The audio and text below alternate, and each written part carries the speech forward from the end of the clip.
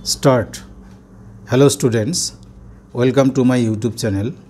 आमी आज क्लास 9 नवम श्रेणीर चैप्टार 12 पार्ट 2 माने एटा तो पार्ट 3 भिडियो होबे। पार्ट 3 भिडियो निये एसेछि। पार्ट 3 तो पार्ट 3 भिडियोते कि आछे एखाने देखो तोमादेर बोइयेर पेजे छबिटा आमी तुले दिएछि। एखाने देखो पेज नम्बर 184 ए दुटो एकटा प्रयोग आछे, प्रयोग नम्बर 5 खूब इम्पोर्टेंट, और एकटा अनुसिद्धान्त आछे। अनुसिद्धान्त नम्बर होच्छे तोमादेर 3 लेखा आछे। तो अनुसिद्धान्त एवं एई प्रयोग बुझिए दिए आमी किन्तु तोमादेर परेर पेजे आरो दुटो प्रयोग आछे आजकेर एई भिडियोते शेष करब। तारपरे एई चैप्टार 12 आरो कयेकटा ज्यामिति आछे जेगुलो खूब इम्पोर्टेंट एवं साथे तोमादेर एखानकार अनुशीलनीर इम्पोर्टेंट ज्यामितिगुलो आमी देब। तोमादेर धैर्य रखते हबे एवं आमाके फलो करते हबे। सेखाने एमसिकिउ और एसएकिउ जे दुटो पार्ट आछे से नाम्बारटा आमार मने नेই, सेगुलो आमी देब। तो एखन शुरू करा जाक। एखाने अनुसिद्धान्तटा कि बला आछे, बला आछे कि आमी जुक्ति दिए प्रमाण करी जे कोनो त्रिभुजेर क्षेत्रफल हाफ इंटू भूमि इंटू उच्चता। तोमार बोइये मिलिए नाओ, जे कोनो त्रिभुजेर क्षेत्रफल हाफ इंटू भूमि इंटू उच्चता। तो आमी सेटा तोमादेर बोझानोर चेष्टा करछि। तो एबार शुरू करा जाक।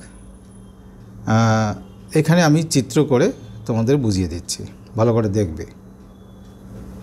धरो जे कोनो एकटा त्रिभुज करलाम, कारण এই জাস্ট এর পরের চ্যাপ্টারে তোমরা পরিমিতিতে যাবে, সেই পরিমিতি করার সময় তোমাদের কিন্তু এগুলো লাগবে। এই একটা ত্রিভুজ আছে,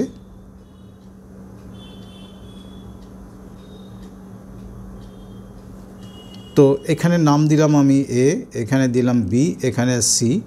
এই এ থেকে এই বিসি এর উপর একটা আমি লম্ব টানলাম। এই লম্ব টানলে কোনো শীর্ষবিন্দু থেকে বিপরীত বাহুর উপর লম্ব টানলে সেটাকে বলা হয় ত্রিভুজের উচ্চতা। ধরো এই লম্বটার নাম আমি দিলাম এডি। তো যার উপর গিয়ে লম্বটা পড়বে, অর্থাৎ আমি এই শীর্ষবিন্দু থেকে লম্ব টানলে বিপরীত বাহুকে তখন তোমরা ভূমি ধরবে। ইচ্ছা করলে আমি বি থেকে লম্ব টানতে পারতাম, তখন যে লম্বটা গিয়ে যদি এসির উপর পড়ে তখন এসিকে ভূমি, এটাকে লম্ব বা উচ্চতা ধরবে। এই হলো ত্রিভুজের ভূমি উচ্চতা ধরার নিয়ম। তো যাই হোক, আমি একটা দিয়ে শেখাচ্ছি যে এখানে আমি যেটা ধরছি সেটা হচ্ছে বিসিটা ভূমি আর এডিটা হচ্ছে উচ্চতা। তাহলে এই যে ত্রিভুজ আছে, ত্রিভুজ এবিসি, তাহলে এর ক্ষেত্রফল হবে, এই সূত্রটা কি করে হলো, এই সূত্র বারবার তোমরা প্রয়োগ করবে। সূত্র হলো হাফ ইন্টু ভূমি কোনটা বিসি ইন্টু উচ্চতা কোনটা এডি। তাই সূত্রটা কিভাবে এলো, আমরা যে ক্ষেত্রফল সংক্রান্ত উপপাদ্য শিখছি এখান থেকেই কিন্তু সূত্রটা আসবে। এই সূত্রটা প্রমাণ করার জন্য আমি কি করলাম, এই বিসিকে একটি বাহু ধরে আমি একটা আয়তক্ষেত্র অঙ্কন করব। সেটা হচ্ছে কীরকম,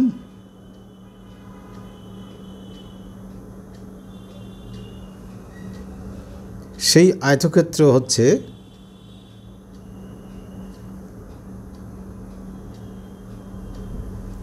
বিসিটাকে বাহু ধরে কিন্তু করলাম এবং তার নাম দিলাম তোমাদের ছবির সঙ্গে মিল রেখে।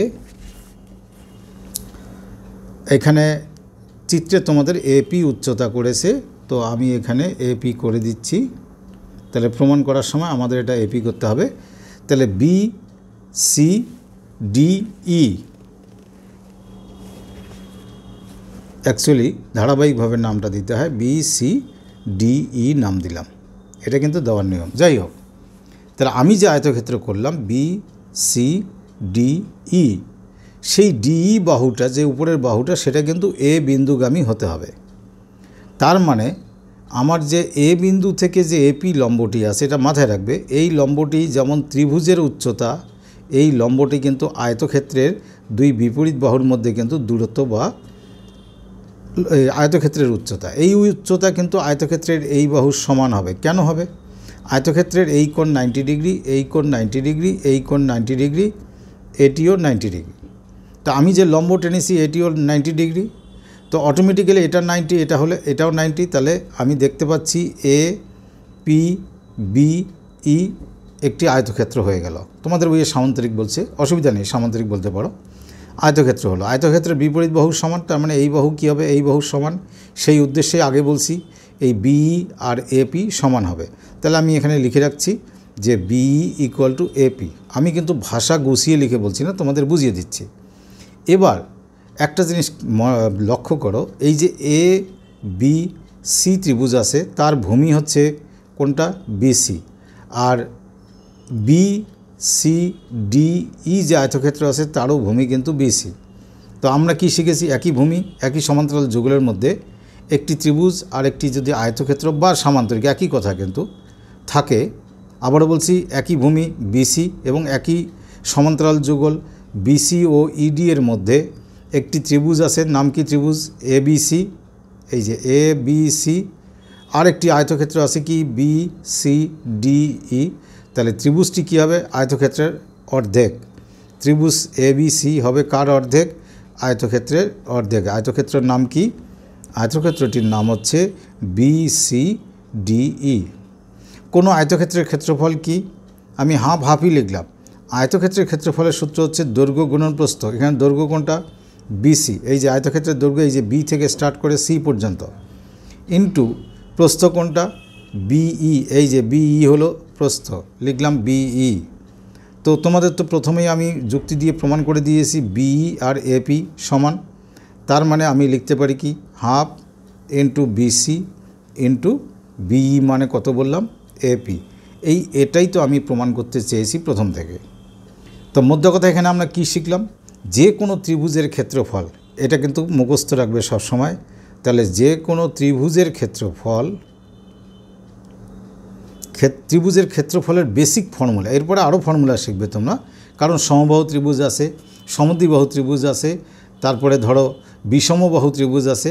কিন্তু যে কোনো ত্রিভুজের বেসিক ফর্মুলা হচ্ছে কি? ত্রিভুজের ক্ষেত্রফলের হাফ ইন্টু বিসি মানে হলো ভূমি, এই যে বিসি মানে হচ্ছে ভূমি, ইন্টু এপি মানে হলো উচ্চতা। এটা কিন্তু মনে রাখবে যে কোনো ত্রিভুজের ক্ষেত্রফল হাফ ইন্টু ভূমি ইন্টু উচ্চতা। এবার আসি আমরা পরের প্রয়োগটা। এই যে তোমরা এখানে ছবিতে দেখো এরকম, আর এই কোশ্চেনটা এখানে আছে। আমি সরাসরি লিখে বুঝিয়ে দিচ্ছি, ছবি এঁকে বুঝিয়ে দিচ্ছি। এটা প্রয়োগ নাম্বার হচ্ছে 5।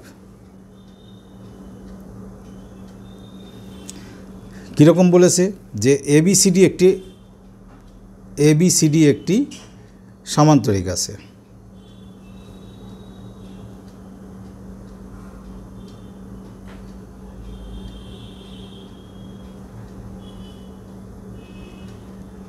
এ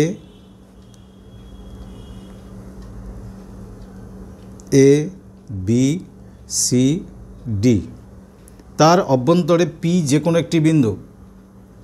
অভ্যন্তরে পি যে কোনো একটি বিন্দু কথার মানে হচ্ছে তোমরা ঠিক মধ্যবিন্দু নেওয়ার চেষ্টা করবে না, যে কোনো জায়গায় নেবে। ধরো আমি এরকম জায়গায় নিলাম, সেই বিন্দুটি পিটার সঙ্গে তার কৌণিক বিন্দুগুলো যোগ করেছে।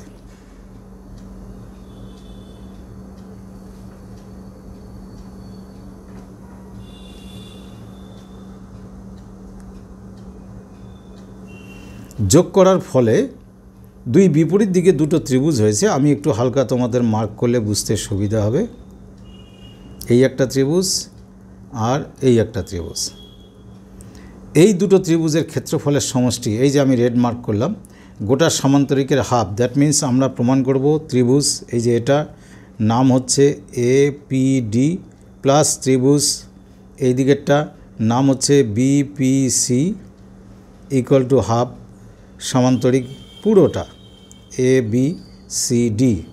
এটা অবজেক্টিভ কোশ্চেনে MCQতে খুব আসে, তাই এটা বুঝবে এবং এমনিতেও পরীক্ষায় এটা লিখতে দেয়, অ্যানুয়াল পরীক্ষায় সেকেন্ড টার্মে আসতে পারে।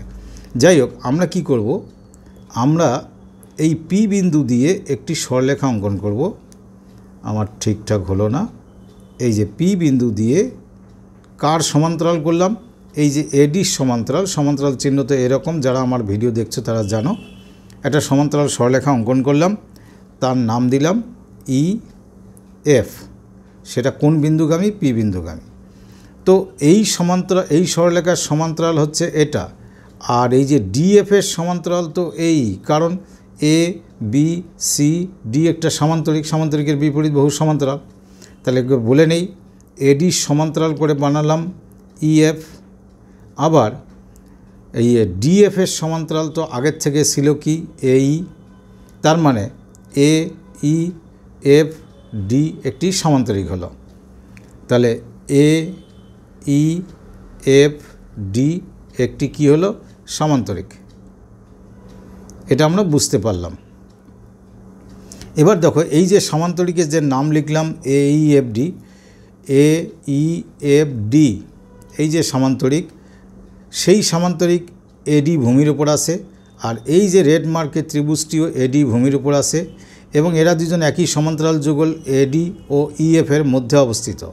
তো এরকম ক্ষেত্রে কি হয়, তোমরা যারা উপপাদ্যগুলো করেছো, আমার ভিডিও দেখেছো, তারা জানো একটি ত্রিভুজ এবং একটি সমান্তরিক একই ভূমি আর একই সমান্তরাল জোড়ার মধ্যে থাকলে ত্রিভুজের ক্ষেত্রফল সমান্তরিকের অর্ধেক হয়। তাহলে ত্রিভুজটার নাম কি?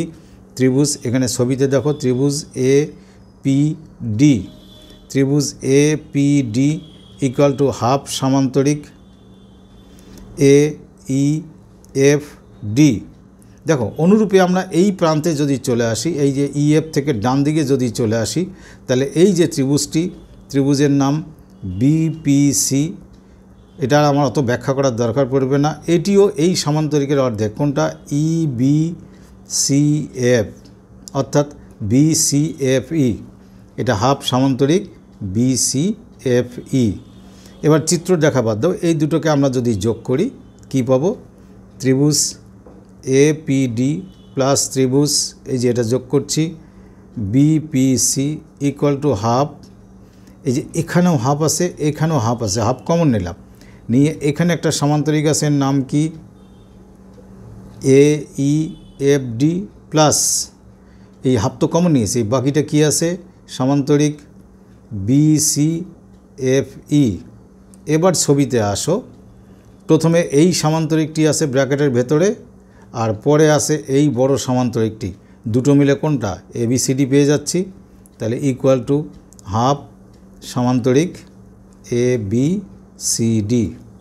ব্যাস, এটা প্রমাণ হয়ে গেল। এটাই কথা ছিল যে ত্রিভুজ এপিডি প্লাস ত্রিভুজ বিপিসি ইকুয়াল টু হাফ সমান্তরিক এবিসিডি।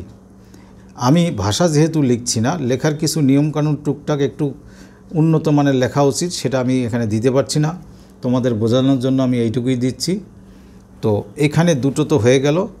তারপরের পৃষ্ঠায় 185 পৃষ্ঠায় একটা প্রয়োগ আছে, খুব তাড়াতাড়ি করে তোমাদের বুঝিয়ে দিই। প্রয়োগ নাম্বার 6, প্রয়োগ নাম্বার মানে অ্যাপ্লিকেশন 6।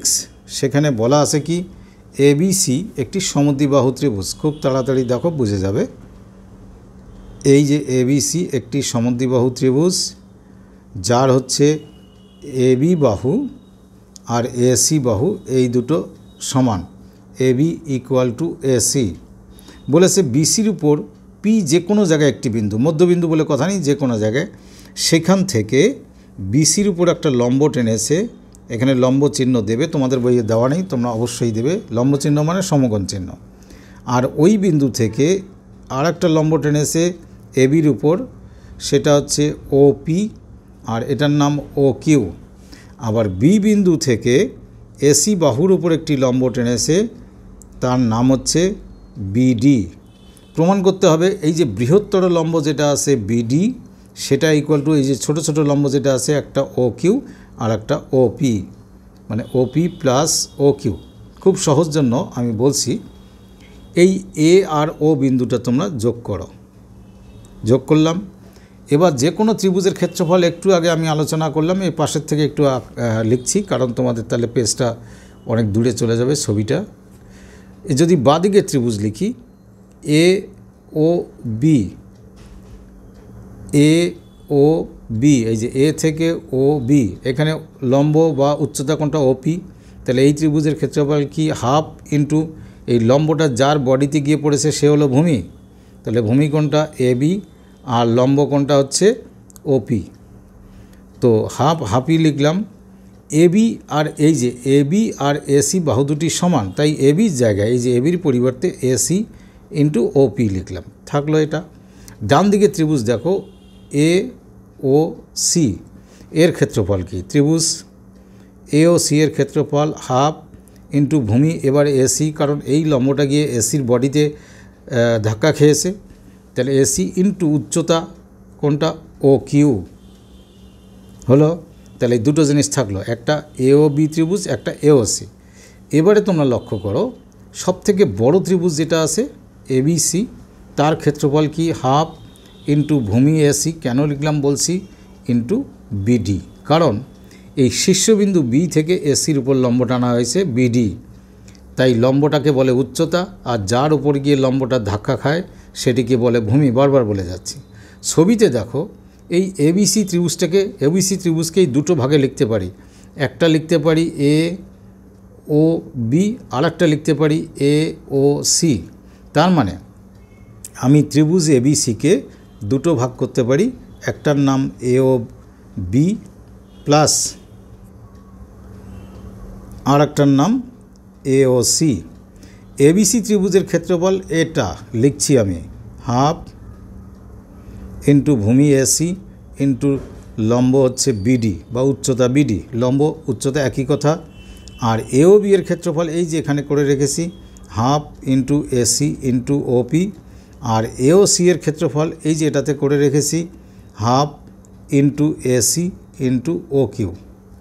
এবার উপরে ছবি না দেখলেও চলবে, বাঁদিকে যা আসে তাই লিখলাম half into AC into BD equal two, এই দুটো জায়গা থেকে হাফ আর এসি কমন নিলাম, নিলে এখানে থাকে ওপি দেখে নাও, আর এখানে থাকে ও কিউ বাদ থাকে, সেটা আমি ব্র্যাকেটে নিলাম। এই হাফ আর হাফ কাটবে, এসি আর এসি কাটবে, তার মানে এখানে কি থাকলো BD equal to OP plus O Q. এটাই প্রমাণ করার কথা ছিল, শেষে লিখে দেবে প্রুভড। এই যে এখানে দেখো BD equal to OP plus O Q, এটাই প্রমাণ করার কথা ছিল। তো যাকে এই ভিডিওতে 3টে প্রয়োগ আমি বুঝিয়ে দিলাম, তারপরে দরকারি সব প্রয়োগ এবং বাকি উপপাদ্য সব আমি বুঝিয়ে দেব। আজ এ পর্যন্ত, থ্যাংক ইউ। যদি ভালো লাগে অবশ্যই লাইক, কমেন্ট এবং শেয়ার করো।